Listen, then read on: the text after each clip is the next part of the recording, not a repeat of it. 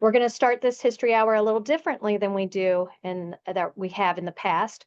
We're going to start with a reading from our presenter for this evening. So I'll turn it over to you.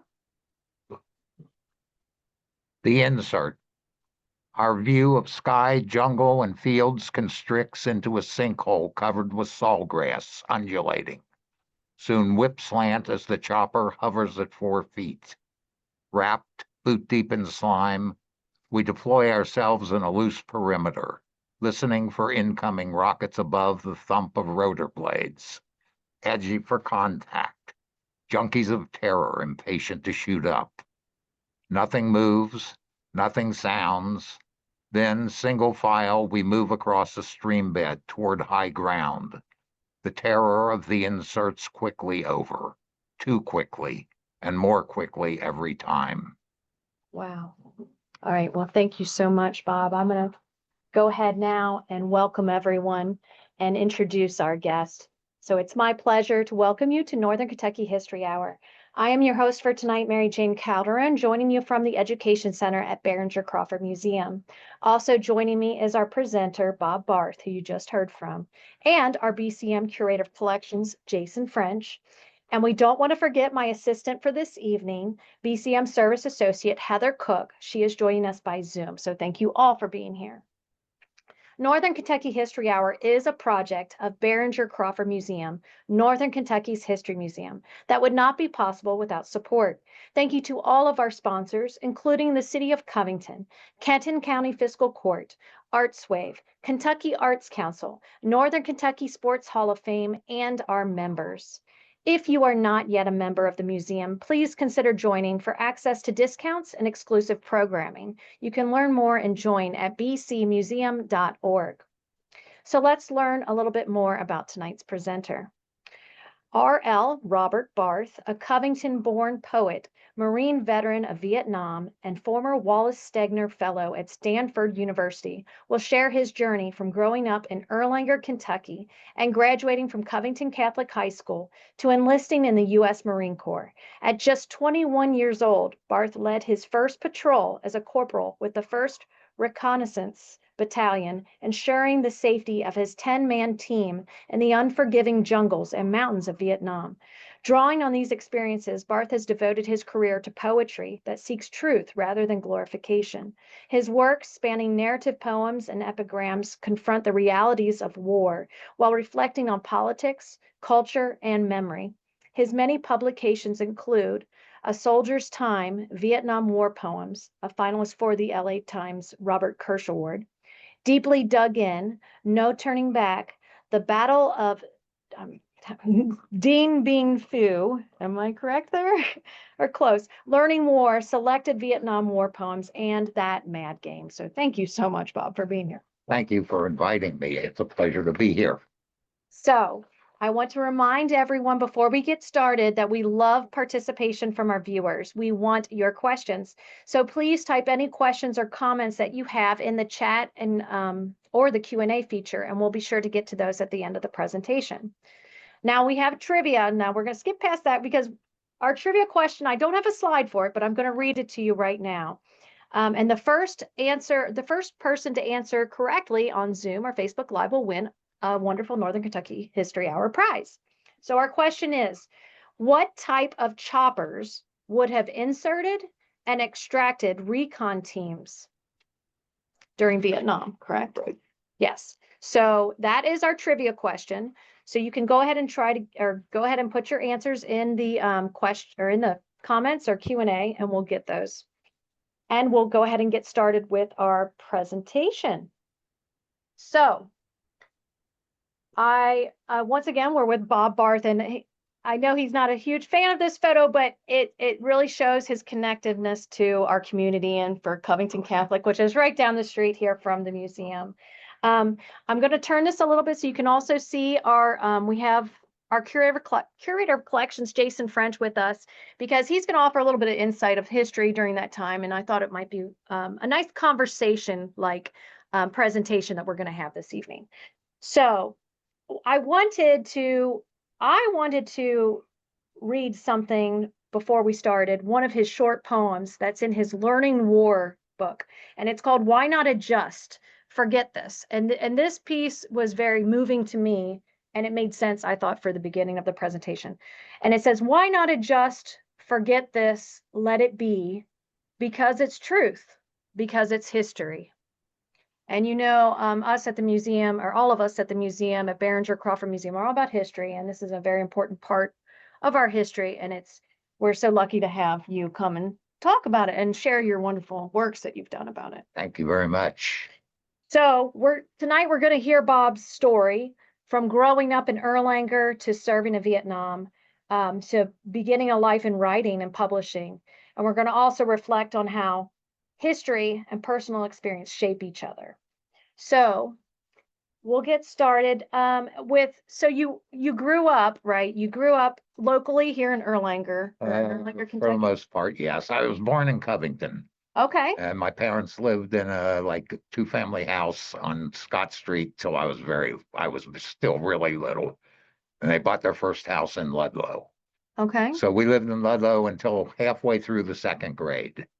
And then they built a new house in Erlanger, and basically that's the house they even died in. Okay. So yeah, so basically I grew up in Erlanger. Yeah. From about the time I was 7.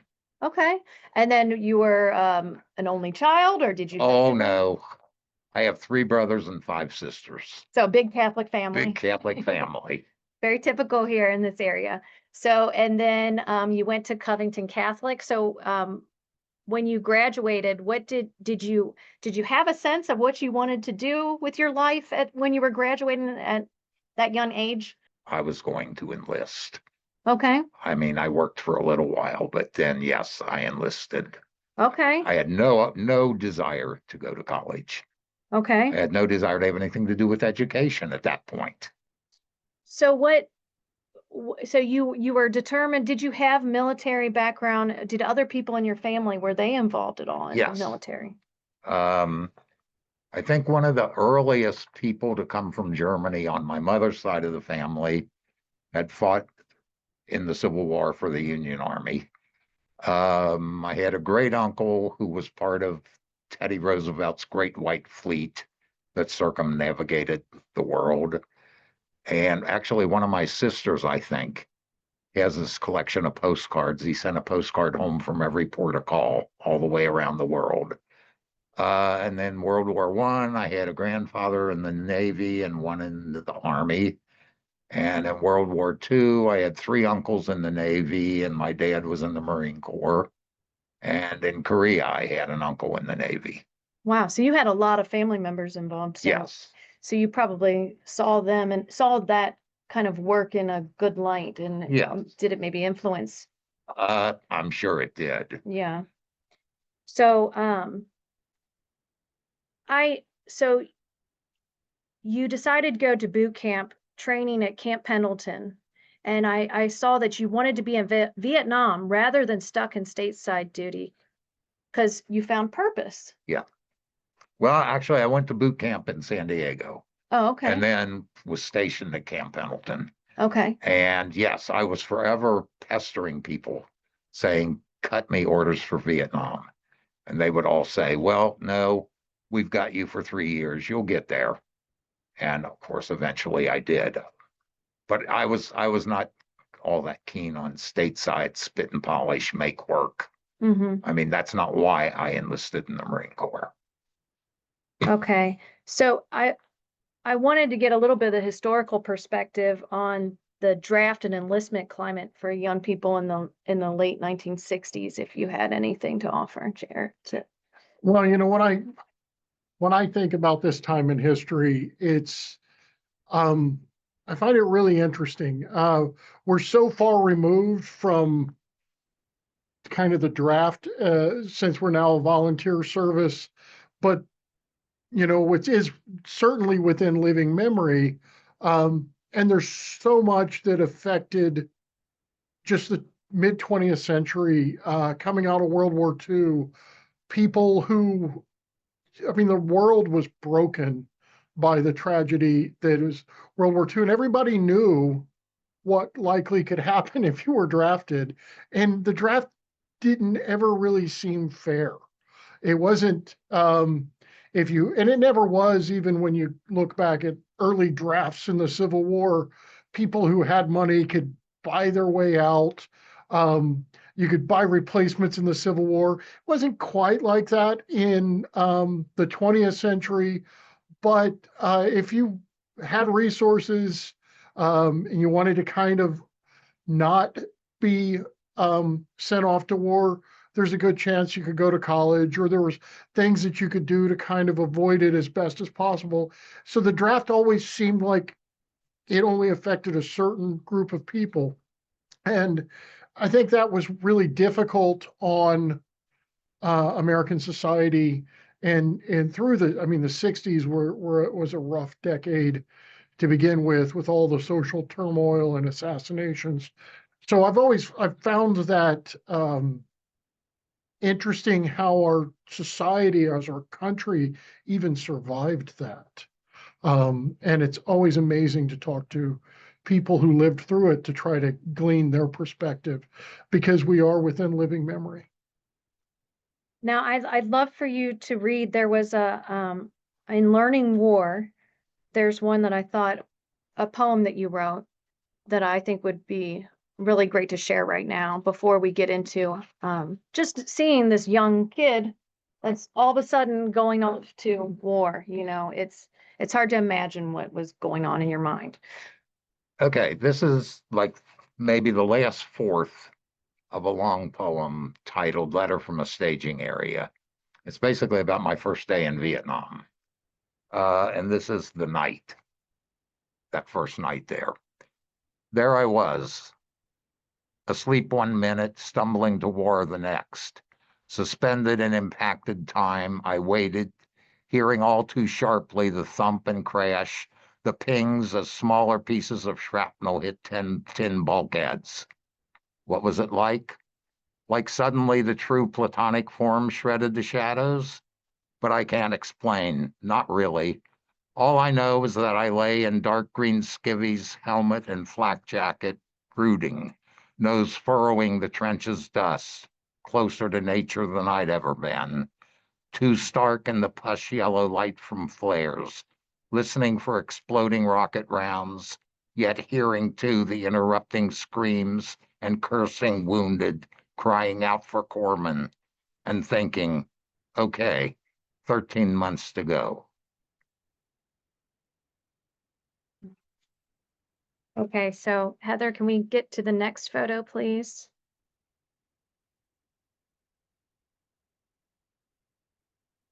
Okay, yeah, back to his team there. Now, tell me a little bit about who's in this picture, or what this picture is of. That's my recon team. 10 of us. I was in recon, and recon is, we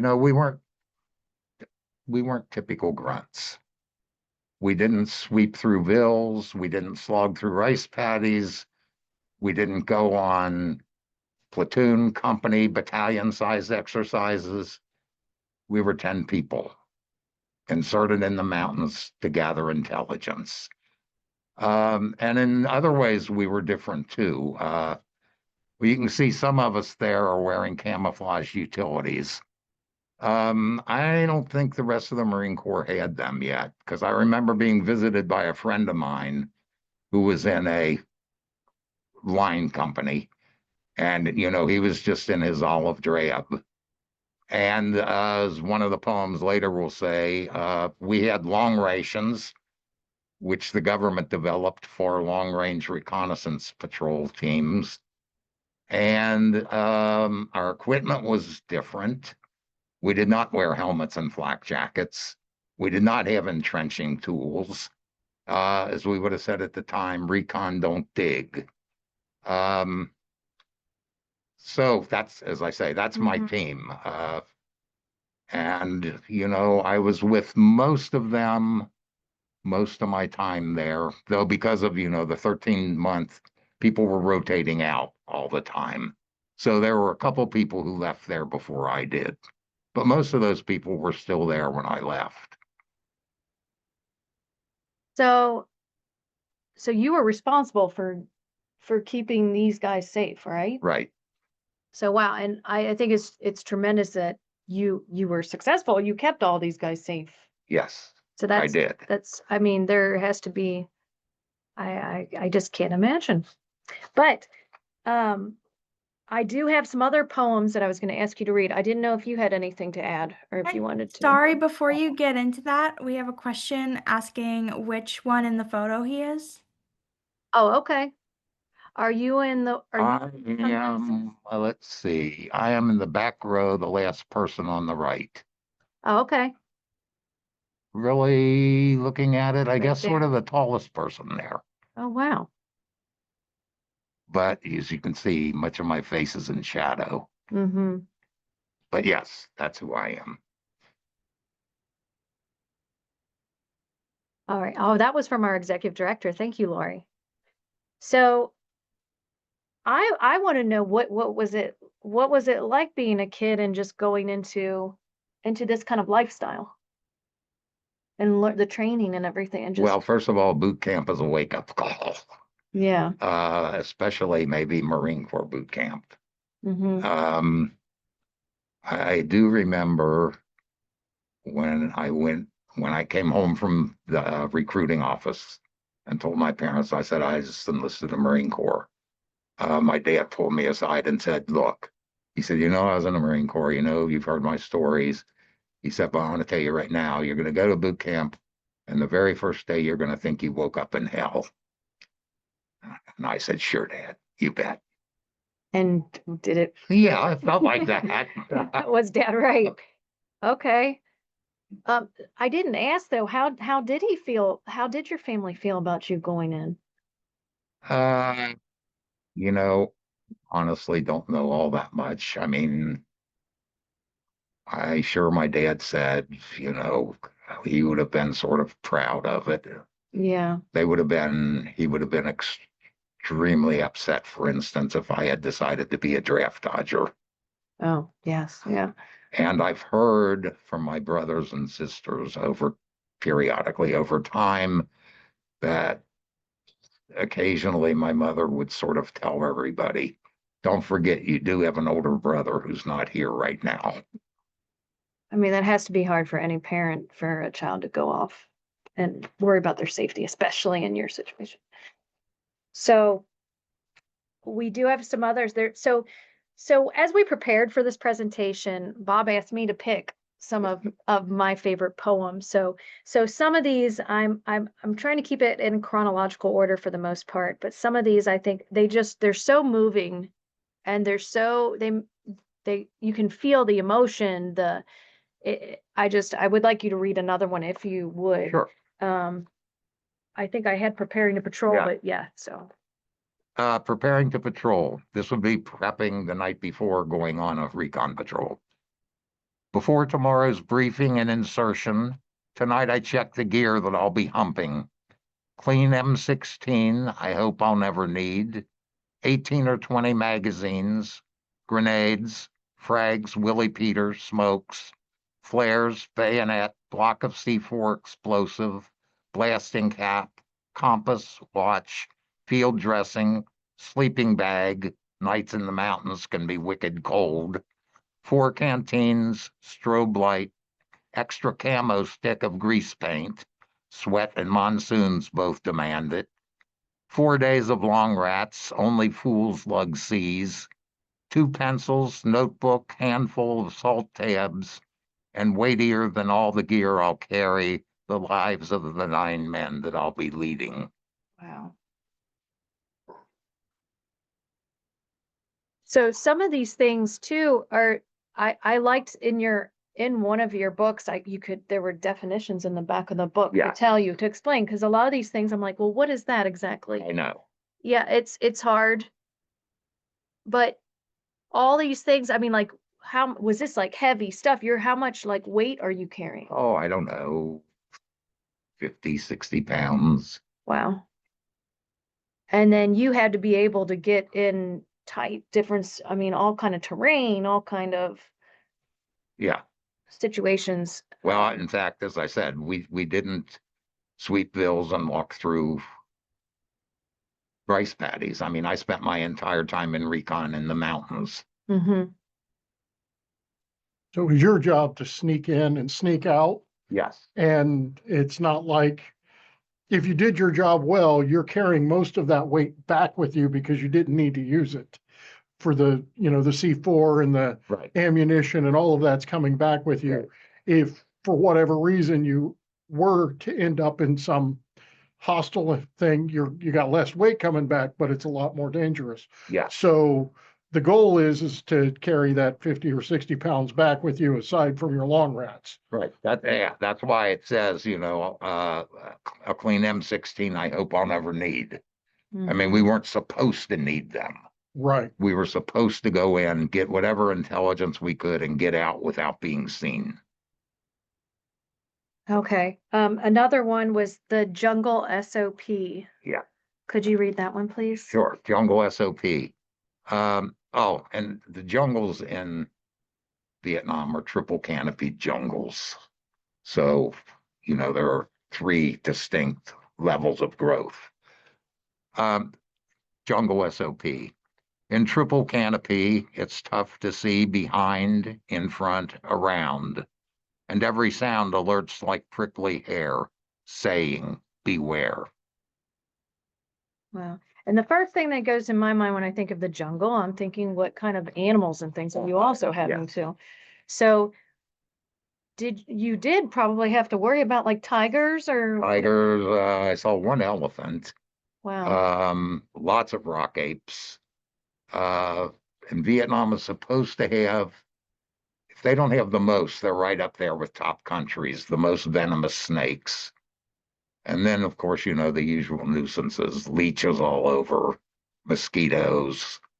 Although I didn't find out I had malaria till after I got home. Oh my God. But it was a pretty easy, light case of it. Wow. Another one was we can go to. Yeah, ghost story. Yeah, ghost stories. Can I say a few words about this? Absolutely. Okay, I always wanted to write a poem from a North Vietnamese point of view, and I could never do it. I could never figure out how I wanted to do it or how to make it sound real. And then, people will sometimes, well, not sometimes, often, if they want to talk about this, they'll say, well, what's the jungle like? And you say, well, it's close, it's confining, like I just said, it's hard to see around. And, there are tigers, there are venomous snakes and so on.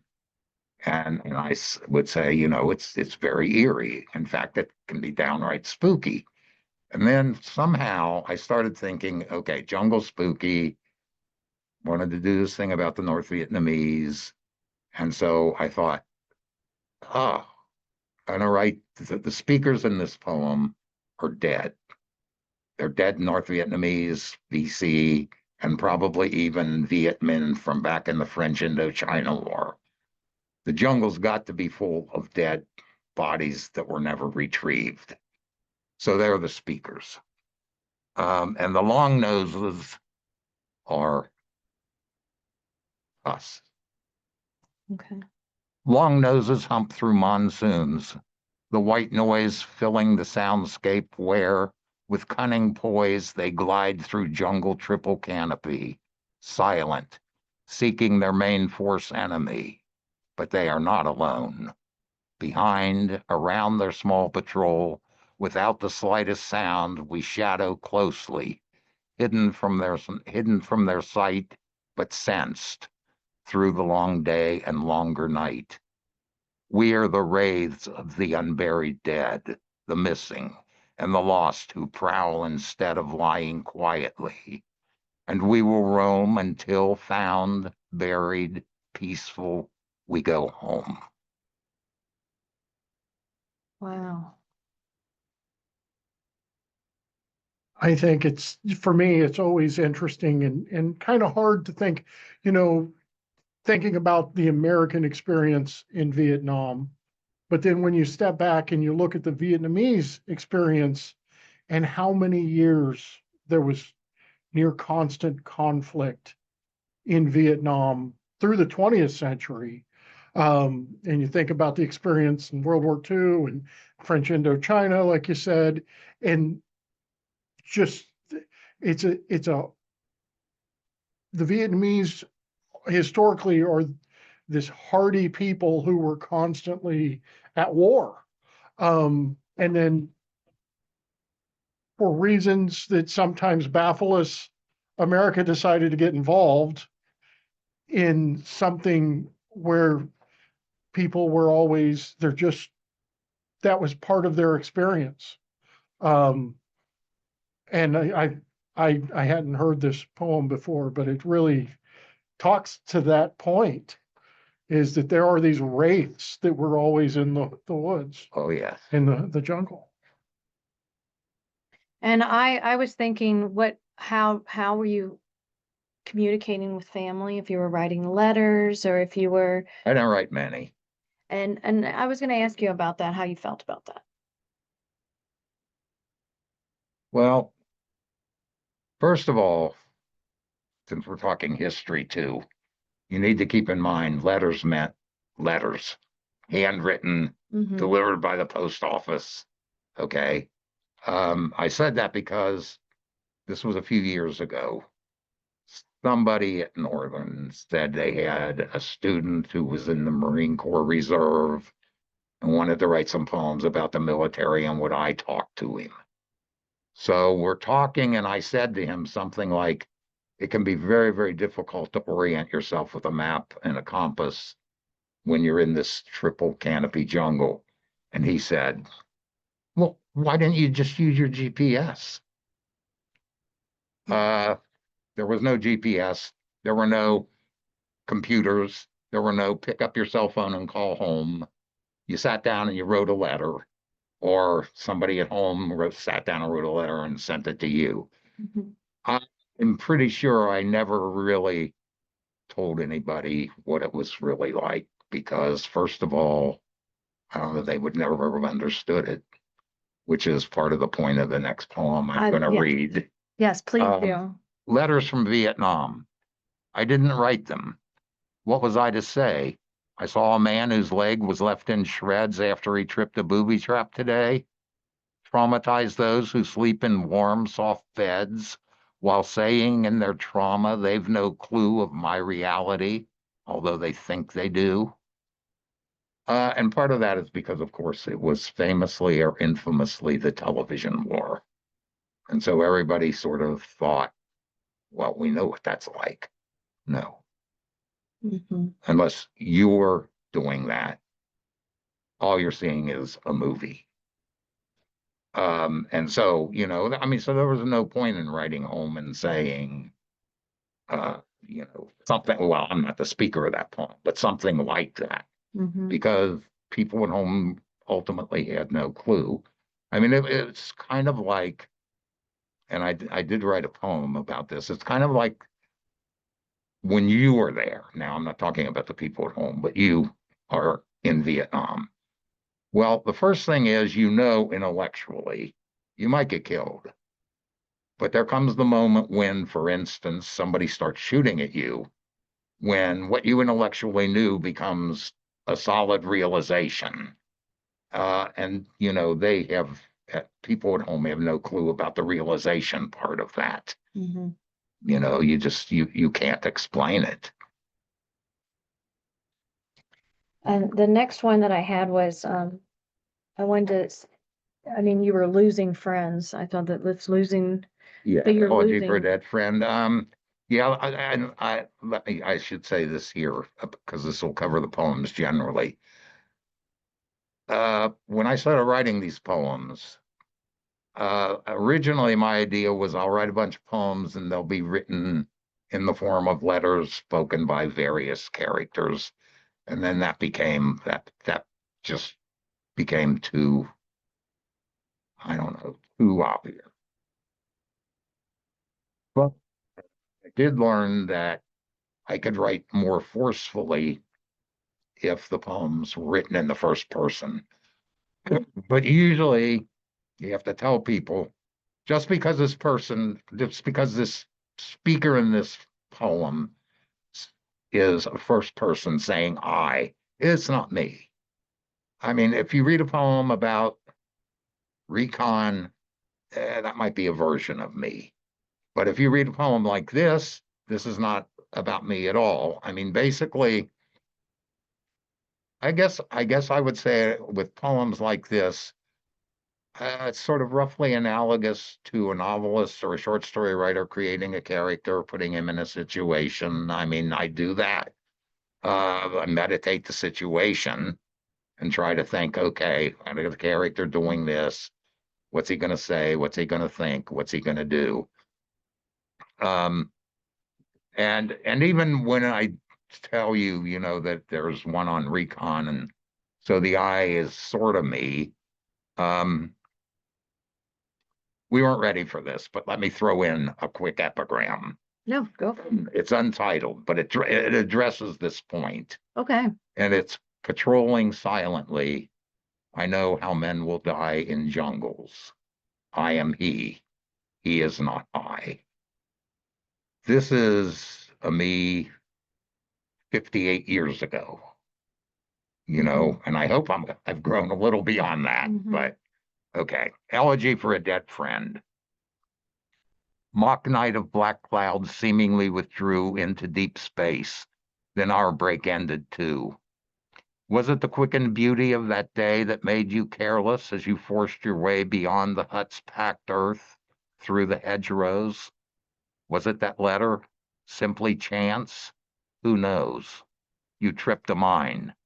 Explosion and then scream, blast and echo. I heard them in a dream of foliage. Dirt fell. Smoke caught my eye as it drifted across the China sky. First to reach you, I saw the uniform ragged, knee-length, but could not keep you warm, for all my curses, for all my first aid, feeling that I, not you, had been betrayed. You lay there. I, who thought myself long hardened, learned fear extended beyond self-regard. As if that mind was a mirror you confronted, face pressed to glass, no matter what I wanted, you would not slip past, leaving me this loss, liking too much your sudden helplessness.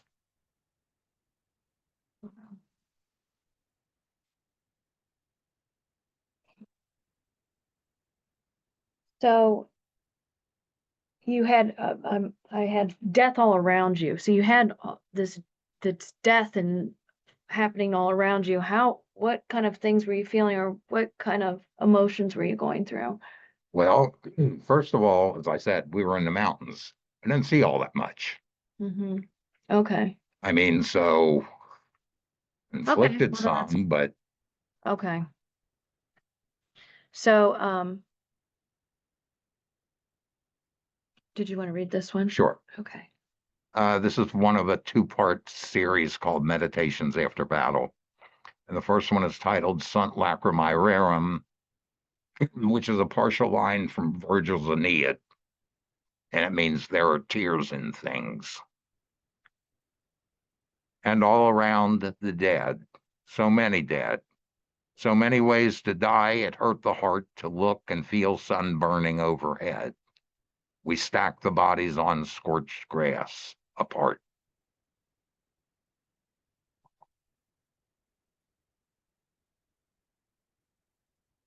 So I want to get to you leaving and flying home, because I know I'm trying to stay on time here. But I want to know if there's anything else you want to share about what you were experiencing and what you were going through while you were there. No, no. I mean, they'll be covered in certain poems I read. Yes. So, Okay. should I read Flying Home? I want Heather also to change the slide. If you can change it, I know we might have. Oh, yes, there. What can you say about That was our battalion headquarters in Vietnam. Basically, we would be in for a couple days and then run a patrol for 3, 4, 5 days, whatever. Because often when you're in the mountains, you know, they might tell you you're on a 3-day patrol, we're going to pick you up at such and such a time. But when you're in the mountains, you don't know, because the mountains get socked in they get misty, they get foggy. So very frequently they will just call and say, well, you're extended a day because no choppers are flying. Mhm. So anyway, so then, yeah, you came back here. And as I said, we would be there maybe a couple days in between patrols. And, it had an EM club, so you could go, drink some beer. You could Listen to the radio. listen to the radio, What were you hoping to listen to? what we were not hearing. Okay. I mean, what we wanted to hear was Hendrix, Dylan, Blue Cheer, The Who, and what Armed Forces Radio Vietnam played was Gary Puckett and the Union Gap. Though they did play the Hugo Montenegro version of the theme to The Good, the Bad, and the Ugly. And one of the guys in my patrol, in my team, actually wrote words for it. And so Wow. whenever it turned up, he would sing that. So we would do that. And then while we were in the rear, we had a very gung-ho company gunnery sergeant. And they pretty much expected you to be spit and polished on your 2 days in. But on the other hand, you would have training. They would say, we're going to practice rappelling out of helicopters, or we're going to practice a boat insertion, or with the gunny was big on runs. He didn't care if it was 104. We're doing 15 miles today. Let's go. So we did all that kind of stuff on the 2 days that we were in. So I'm curious, you just mentioned boat insertions. How many times did you have to do that, or were you For real? for Never. real? Never for real, No. but they had you practicing. Yeah. In case. The same with rappelling. Hmm. But yeah, no, I never had to rappel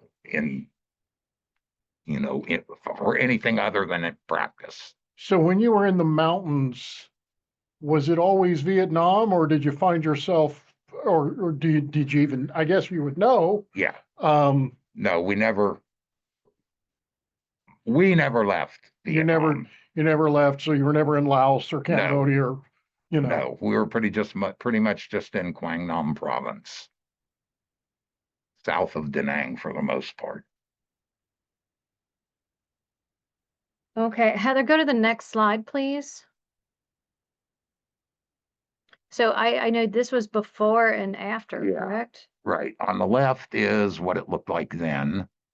On the right is what it looked like now. The North Vietnamese are being real jerks about it. There have been attempts by various ex-Marine congressmen in this country to get them to allow them to repatriate that and bring it back to this country. And the North Vietnamese steadfastly refuse. So Wow. meanwhile, what's left of Camp Reasoner is just basically a wreck and overgrown. Wow, that's such a shame. Okay, Heather, go to the next one, please. And that's what it looked like when I was there. This, well, it describes it underneath it. Camp Reasoner, circled in blue, home of First You Recon. can't see it circled in blue, but you can, Yeah. you can. And then, of course, right across that road was 1st Marine Division headquarters. And so as the caption on the film says, 1st Division headquarters was in defilade, which meant, because you can see the mountains up behind it. Mm-hmm. So they were in defilade. So if the Vietnamese decided to rocket you, they couldn't really rocket the division because of the mountain, but they sure could rocket us and did. Wow. Wow. Okay, Heather, go to the next one.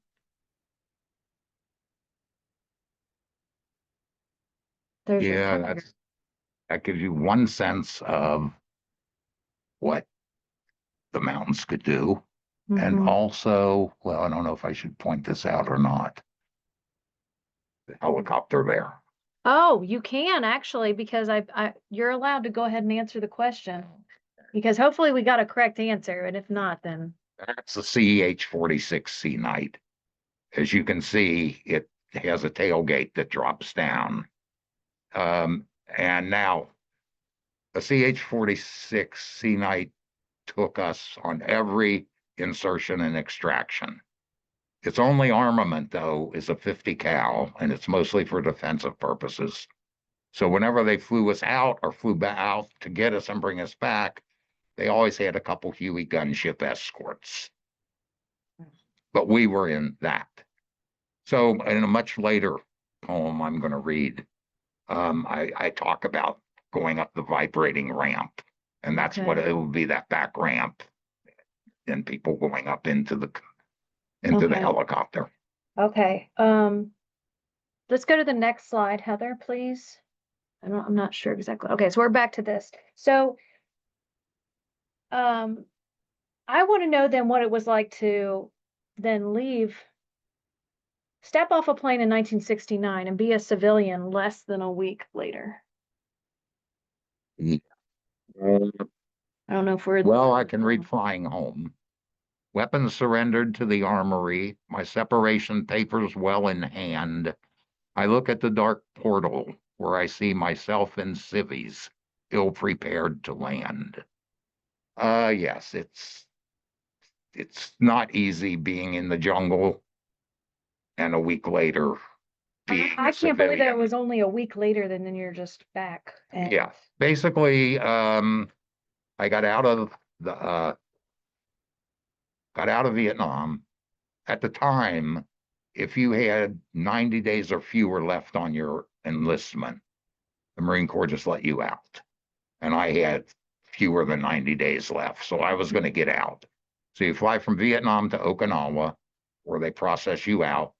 Then they fly you to California, and you jump on a plane and go home. wow. And you know you're not ready for it, and your friends are telling you you really can't visit them because they have little kids and your language is abominable. And, I tell you, my language can still be abominable. But that's just, everybody all the time.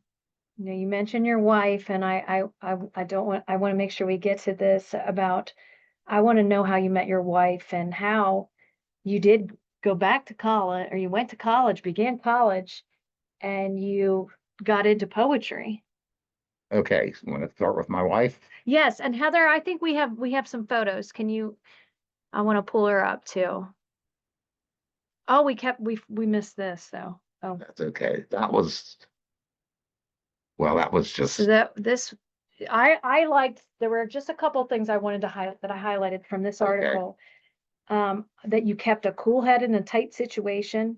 You had a smell for danger and you knew how to cope with it. And then in a recent letter to his parents, he described the daring 4-day mission as a hairy one and said he didn't have time to get scared until the next day after returning to American lines. And that was a day too late. Yeah, well, see, I mean, that, I'm sure everyone was extremely proud of you. yeah, and I still have to hear occasionally from some family members saying, "Oh, weren't you the hero they wrote that?" And then I would always say, "No, I was the guy who did his duty that they happened to write a story about."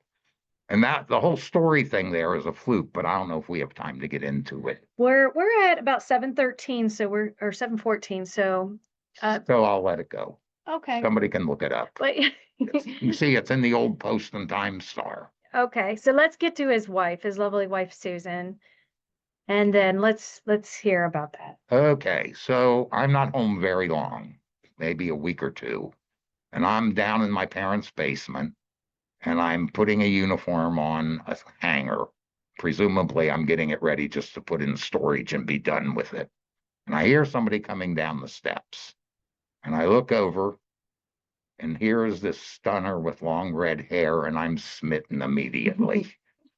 And that's Susan. This Oh, is she's beautiful. probably Christmas Eve of 1969. And we would get married in January of 1970. Wow. And then you can go to the next photo if you'd like, Heather. I think we have a marriage, the wedding Yeah. photo there. And so at this time, were you going back to or in college? No, I didn't know what I wanted to do. I was completely loose ends. Mm-hmm. Now, so I met Susan. Susan was just finishing up her sophomore year of college. Okay, so that was a slight attraction. And of course, I had a GI Bill. Mm-hmm. So I thought, well, I can kill time just doing a little college and letting the government pay for it. And Susan's in college, we'll go together. And so I went to, it was not Northern yet, my first year there. It was still the UK Community College, which, by the way, always created vast problems when you had to come up with your transcripts because you always had to go to UK for 1 year. Mm-hmm. But anyway, yeah, so it became, Northern Kentucky State College. I didn't go to NKU. But anyway, so we started there and I started there and I had a couple of really good English teachers early on, Marjorie Rouse and Bill Byron, and they got me interested in literature. And so at some point I just decided, I think I'd like to write too.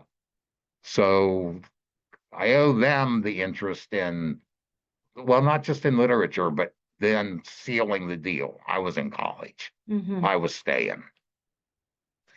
And so then you went on to, you became a very acclaimed writer it was Stanford or?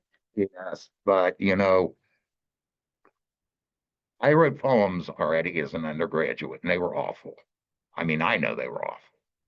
And I would take them to faculty members, and they go, "It's all right," And I've told Susan, I said, if they were honest with me, they would have said, "This is garbage. You have no talent. Give it up."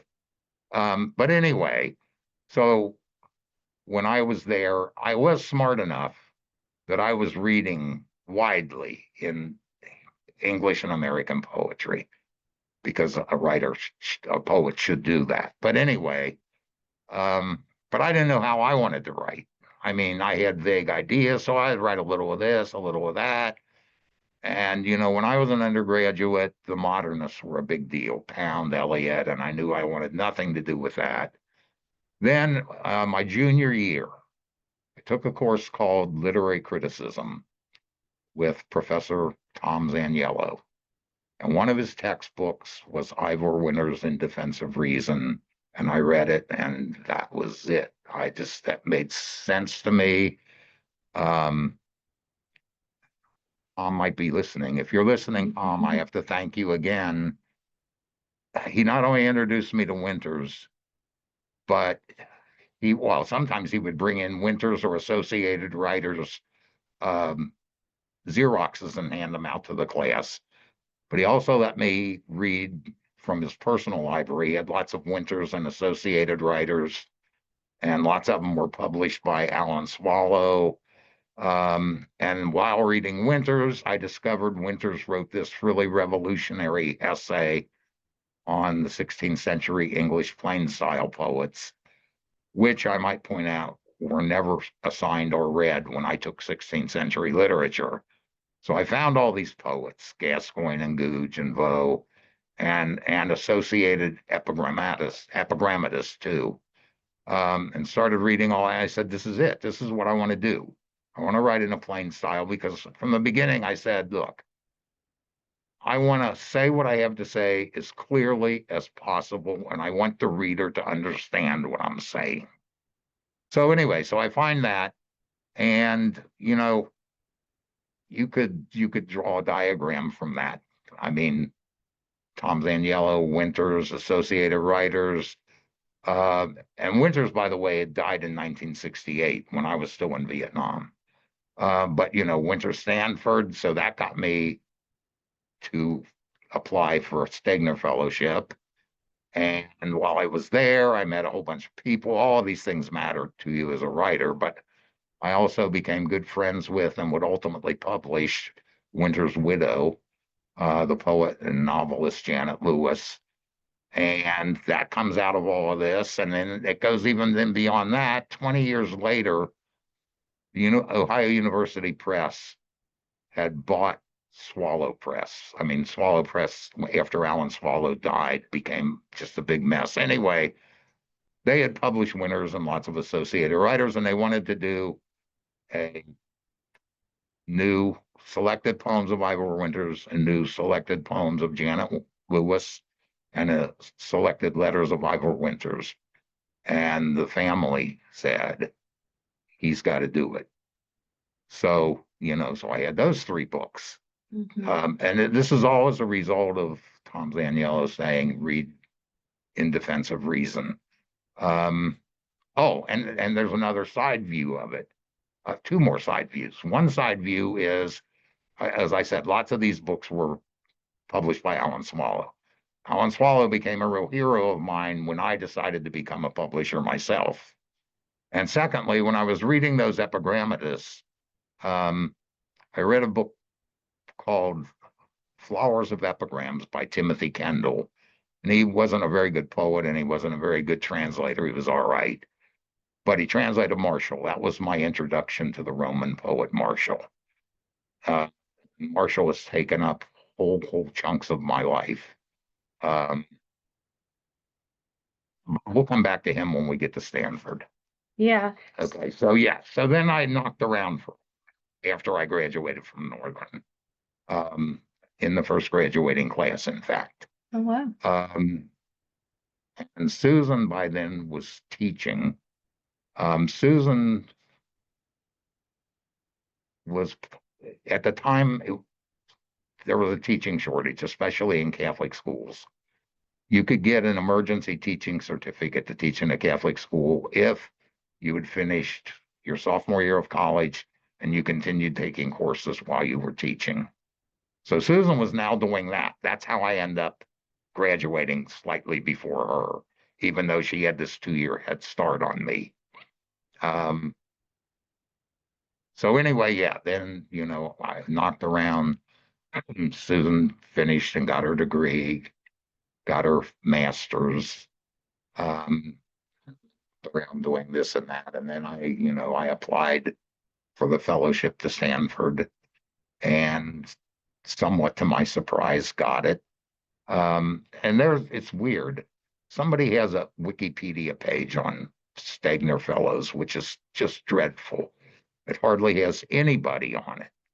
But Stanford's writing program itself has a complete list. The Stegners go back to like 1946 or 7. So anyway, so I get that. And I get a stipend, and all I really have to do is go to the poetry workshop. And write. They expected you to be writing the whole time you were there. So I thought, well, I'm already here. I'm doing that. And I know I can only stay here 1 year because that's all the stipends are going to do. So why don't I just get a master's while I'm here? So I also got a master's while I was there. But between having to take the writing courses and then taking all the academic courses I had to take to get the master's, I never got around to taking a language course. So when I got to the end, and my dissertation, by the way, or not my dissertation, my thesis was a collection of poems. But they said, you got to do a language. And I said, well, okay, how about this? Give me the summer to teach myself Latin. And they said, okay, we'll give you the summer to teach yourself Latin. We're going to send you your reading tests in September. So I went home and pretty much all day, every day, hit Latin. And they did send the reading test. It faked me out, but I passed it. I mean, I thought you're going to teach me all. You're going to give me a reading test in Latin. Surely you're going to ask me to read some Cicero. No. The reading test I got was a chunk of the Aeneid, a chunk of St. Augustine, and a chunk of the medieval Latin writer Geoffrey of Monmouth's History of the Kings of England. But anyway, now I had been all this time reading Martial in translation, so I started translating Martial. And I've done it off and on since then, but I've had 2 really big periods of doing it. One from about the mid-'80s to the early '90s. And then as these things will happen, it's a long story. I'm not going to waste time doing it. but this was before computers. So I had this huge typescript of about 200 epigrams. I lost it. So, Oh, wow. yeah. So then I got, and I do one or two here or there. But then at the beginning of this year, I got interested in Marshall again. And I started scrounging through all the journals where I knew I had published a translation or two. And I managed to scrounge up about 50. And so I did another, I don't know, 80 or so. And just put them in a manuscript, tried to find a publisher. 2 weeks ago, got a letter saying, yes, we want it. But they want to do it as a bilingual edition with facing Latin and English. And then, as you can see, I think I sent it to Ron. About an hour before Ron picks me up to bring me here today, there's an email from the publisher who had written me 2 days ago saying he was going to start preparing mocking up the book next week. But as I said, an hour before I got here, there was an email. I opened it up, and it's the cover for the new book. Wow. And it's pretty spiffy, actually. So anyway, that's Marshall and I. Yeah, we are, I wish we could go way over time. We are at 7:26 right now, and I can see that there are 37, I'm seeing 37 comments in the chat. Okay. So I know we've got a lot of people with questions. Heather, you want to skip to the next slide though and just show some of these pictures that Bob brought us? I mean, how many children do you have? That's it. Daughter Ann. That is adorable. And then what do we have next, Heather? I just want to make sure we get, so these, okay, we'll leave your books up there. Before we get to the questions, I want you to let everybody know where they can buy your books. Where can they find these great books? Well, the books that are in print right now are That Mad Game Okay. and The Learning War with the map on the cover. Okay. Actually, the other Learning War is also in print, but it has a British publisher. Okay. I mean, you can probably find it online, but it is mostly just available in England. Okay. Okay, and Deeply Dug In's out of print. But the two books that are in print, the new book, I know they have a couple of copies of Joseph Beth in Rookwood. Okay. And both books, I believe, are available at Roebling. Mm-hmm. And Here. I was just going to say, and at the museum. Yes. And of course, at that other famous place that has every book in the universe online. Okay. I think I know what you're talking about. Okay. So Heather, did we have a winner for the trivia question? I want to repeat that trivia question one more time. It was, what type of choppers would have inserted and extracted recon teams? Did we have a correct answer? We did. So that answer was a CH-46C Knight, and our winner with the first correct answer was Ann and Eric Dreyer. Congratulations. Okay. Now what about, I saw we have a lot of comments and questions. Can you pick a few of these questions we can hit before we have to wrap up? We do the ones. Oh, yes. And I have actually, you know what? Let's start with my question, because I have a very special question, because this came from your wife, correct? Yes. Correct? Okay. So the question is, you've been writing for more than 50 years now. Is there any one thing, an award, a grant, a fellowship or something of that order, that stands out as the one most memorable incident of your writing career? Yeah, she doesn't know what I'm going to say. Okay. Okay, this goes back 12 or 15 years. The book, my current book then was Deeply Dug In. And I had sent it to a friend of mine who had been in my recon team. And apparently he went out and bought a few himself, and he would give them to people.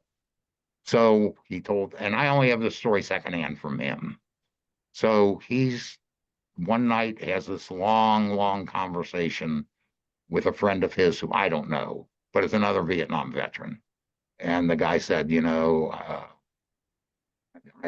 I've reached the end. I've decided I've got to commit suicide. I cannot take this anymore. You know, he said, I have these images in my head, but then I have all these vague feelings, and I don't know how to talk about it. I don't know any of this, and I just can't stand it anymore. So my friend said, well, look, read this. So he took it, and I heard a week later from my friend. He said, I gave him the book, and he called me up and said, you know what? He said, that articulated so much I couldn't articulate for myself and puts things in such perspective that I'm good now. I'm not going to kill myself. Oh my And I God. thought, you know, that had to be worth 50 years of writing, didn't it? Yes. That's wonderful. That shows, the impact that your writing has. Well, And as I said, it's, you're very humble, but well, yeah, but you couldn't give me anything more important than that. Good question, Susan. Correct, Susan? Yeah, good question, Susan. Okay, Heather, what questions do we have? Some good questions. I guess the first one I'll ask is, what were your personal reasons for enlisting, and specifically, what were your reasons for wanting to go to Vietnam and not remain stateside? Well, I guess, my main reason would have been this is what one was supposed to do. One's country was at war. One had an obligation to defend it, though obviously we all know how it all ended up. But I can only answer this by telling you this is what I was thinking when I went in. Um, so that was part of it. But very specifically, I went into the Marine Corps because I wanted to go to Vietnam. Uh, because that was the whole reason of joining the Marine Corps. I mean, I didn't want to join the Marine Corps to play spit and polish and make work. I mean, the whole point was to go there and go to war.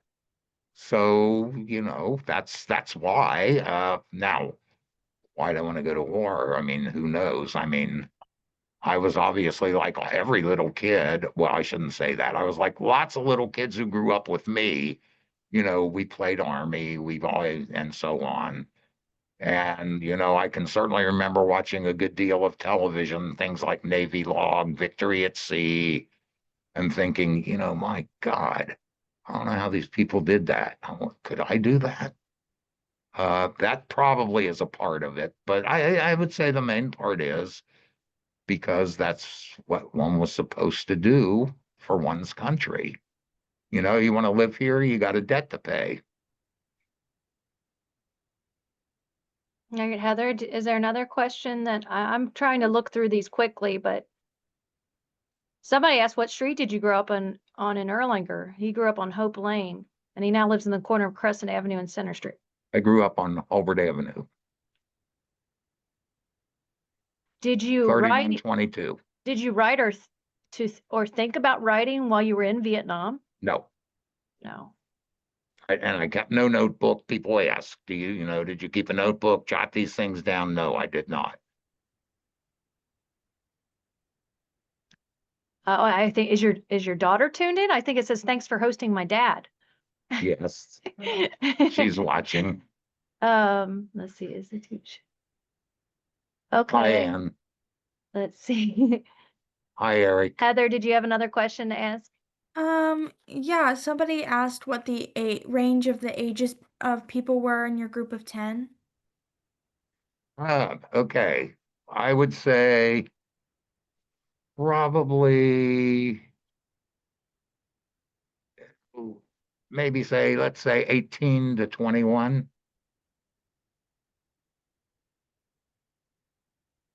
Okay. Someone said, is the TV show Tour of Duty accurate? It was semi-accurate the first year, and then it became just terrible. Is anybody asking about what was the name of that? China Beach? My wife loved China Beach, and my daughter gave her the complete DVD set. And I just drove Susan nuts because I would sit there and watch with her and say, couldn't happen. That couldn't happen. No way that happened. But but I did watch, I don't know if I watched the entire first year, but I watched early tour of duty, and it seemed reasonably clear for grunts. But again, not the kind of thing I did there, and then it just became wacky. I mean, it was like we ran out of plot lines for this, so now we're just going to send them doing all these things that I don't think they would have done. We're getting a lot of feedback. Thank you for this awesome talk. And so I think so appreciative of this recording. It's difficult to say, but so important for history. Jared said he has a signed copy of a hardbound book of Mr. R.L. Barth's poetry titled Looking for Peace that he obtained from the best teacher he had in high school, English teacher, Mrs. Veronica Mitchell. Oh, She had Mr. Barth to our classroom in March 1986 to chat experiences and recite his work. I would love to have him sign it again. I would do it. Quick word about Mrs. Veronica Mitchell. Okay. She's taught at various places, but she taught at Lloyd. And my youngest sister was born when I was in the Marine Corps, but she had Mrs. Mitchell. And Mrs. Mitchell, I think, would ask her, are you related to? So anyway, but this comes around again, right? So, okay, so I go to Northern, and she's teaching, I guess, at Lloyd. But she has a part-time teaching gig at the community college. She was my Comp 101 teacher. Oh, wow. That is so great.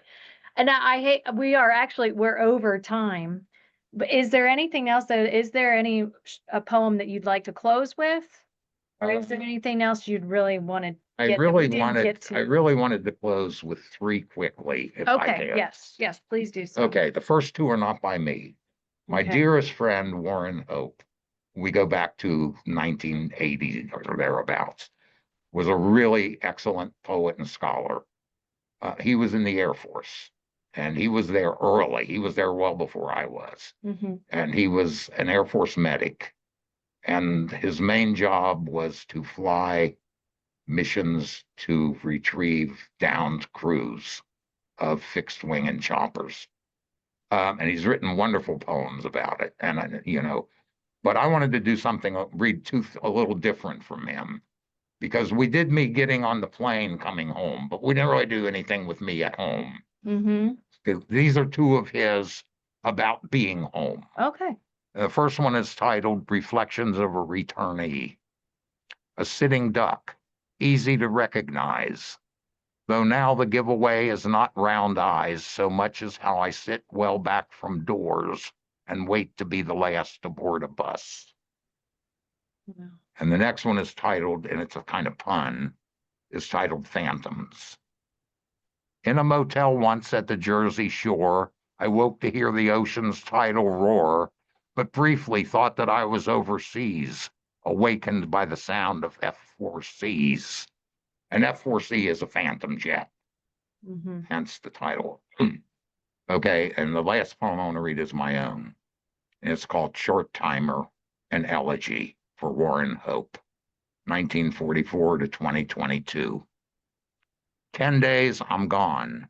Meanwhile, I crouch on the steep slope by the LZ each dawn, watching as the troops slouch down to the choppers, though I see behind the grease paint too few who know me. Cautious in helmet and flak jacket, there's no such thing as too much care. I pinch a Lucky from its packet and smile, then feel my longer hair, mustache, clean face. Where are they going? Where? Who cares? The humpbacked men embark up the vibrating ramp. And yet, despite myself in the half-dark, I whisper, only 9, and fret. 1 rifle's missing from the silhouette. Wow. That was beautiful.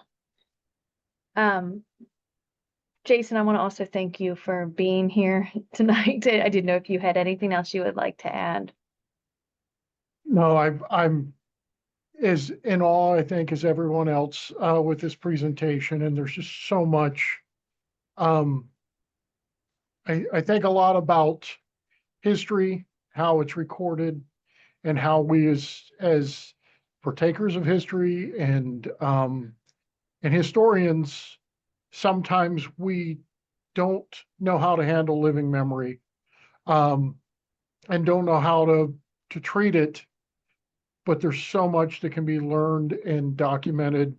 And I love your work through poetry that that kind of captures the emotion and the thought process of experience, where if I were watching that television war that you talked about, that's all edited and curated for a very specific reason, and it's emotionless unless they want it to be.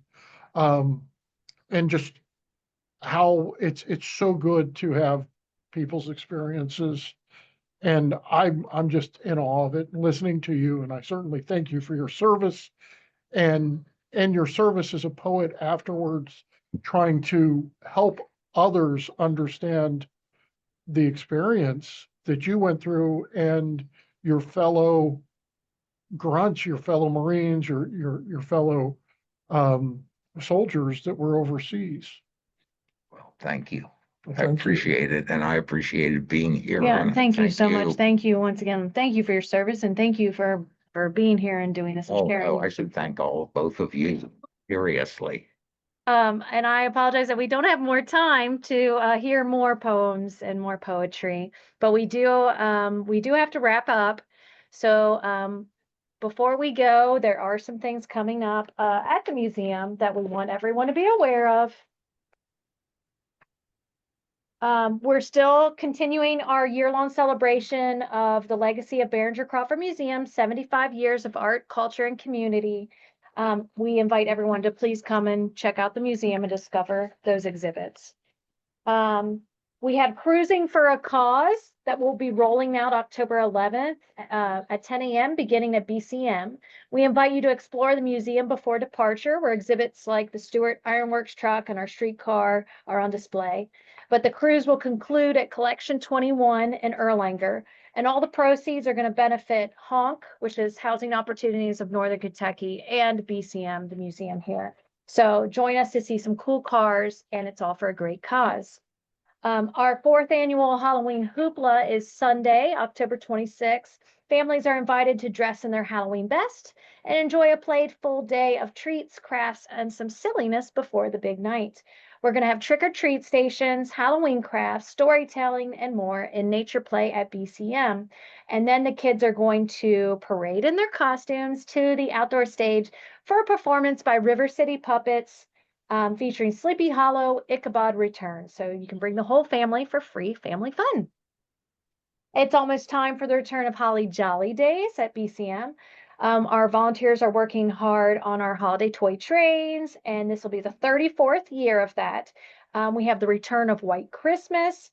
So from November 11th to January 11th, the museum is going to feature costumes and attire from that holiday classic in partnership with the Rosemary Clooney House Poetry, or Rosemary Clooney House. Yes. And so our next Northern Kentucky History Hour will be on October 21st with Steve Flaherty with Constantine Raffinesque, Eccentricity, Botany, and a Curse. Please tune in for that. If Heather, can you change the slide, please? And if you have a topic you would like to see on the program, please email me, Mary Jane, at communications@bcmuseum.org, because I would love to hear your ideas. That's all that we're going to have the time for tonight. For more Northern Kentucky history throughout the week, though, you can check out our Facebook page and our YouTube channel. Please like and subscribe. Thank you again to all of our sponsors and everyone for tuning in, and all of our supporters. And thank you so much to everyone joining me here tonight. And thank you, everyone. Take care and good night.